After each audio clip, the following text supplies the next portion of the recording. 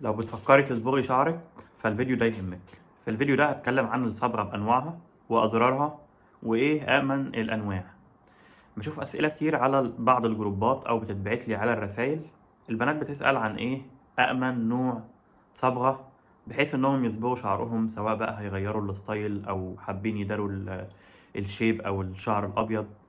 يعني الحنة أو الفأة أو الصبغة بيكون ليها بعض الاستخدامات،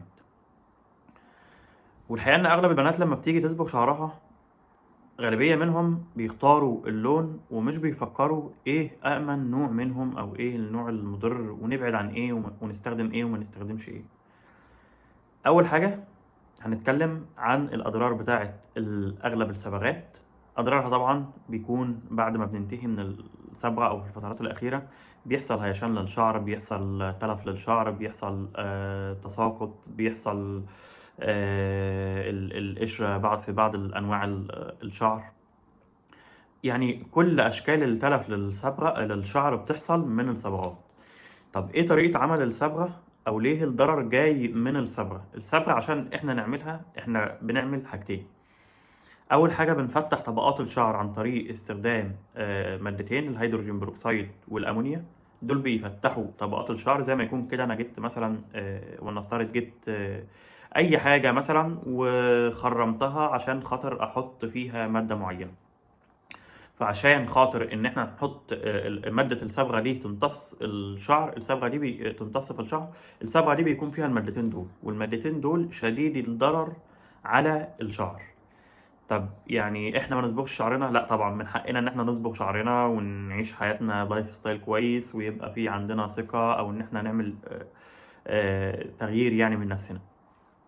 الحقيقة إنه أأمن نوع من الصبغات هو نوع اسمه الصبغة المؤقتة. دي بيبقى استخدامها مرة بس كده لو في خروجة أو عندنا أي مناسبة. دي بتقعد هي غسلة واحدة وبتنتهي، بتكون عبارة عن سبراي كده بيترش على الشعر وبعد كده بينتهي. طيب النوع اللي بعد كده الآمن واللي مفيد كمان هي الحنة البيور أو الحنة اللي هي بتبقى عند العطار، الحنة العادية جدا، أو 5 خمسات. نبعد بقى عن باقي الأنواع التانية من الحنة لأنها آه، مش حنة بيور يعني. دي حنة فيها مواد مؤكسدة وطبعا ليها فوائد كتير يعني.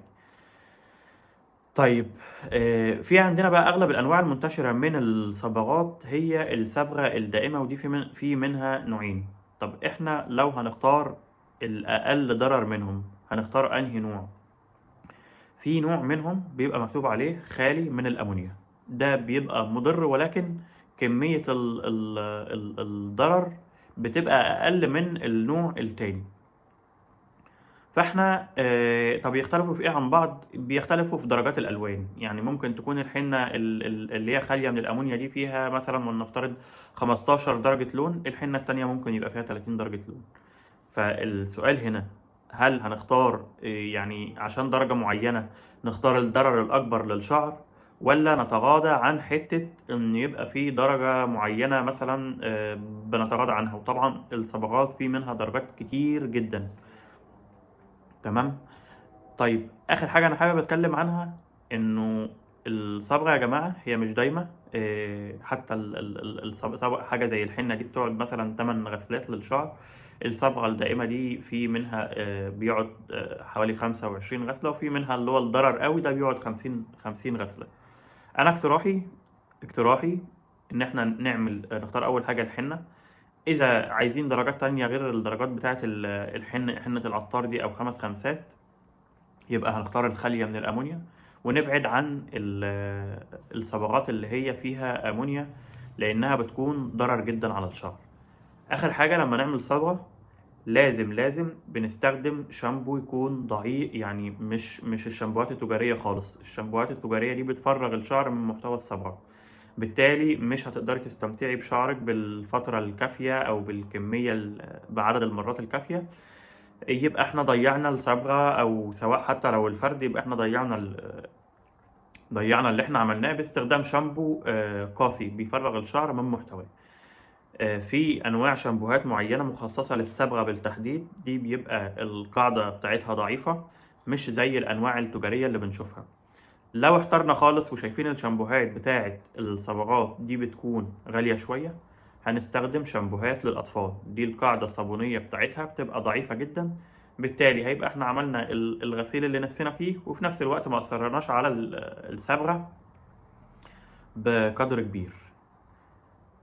أنا اقتراحي زي ما قلت من الأقل ضرر للأعلى ضرر، هنستخدم الحاجات الأقل ضرر. والنصيحة الأخيرة إن إحنا نستخدم شامبو مخصص للصبغات. لو احترنا هنستخدم شامبوهات الأطفال، دي بتكون القاعدة الصابونية بتاعتها ضعيفة. لو عندكم أي استفسار تقدروا تسألوني في التعليق.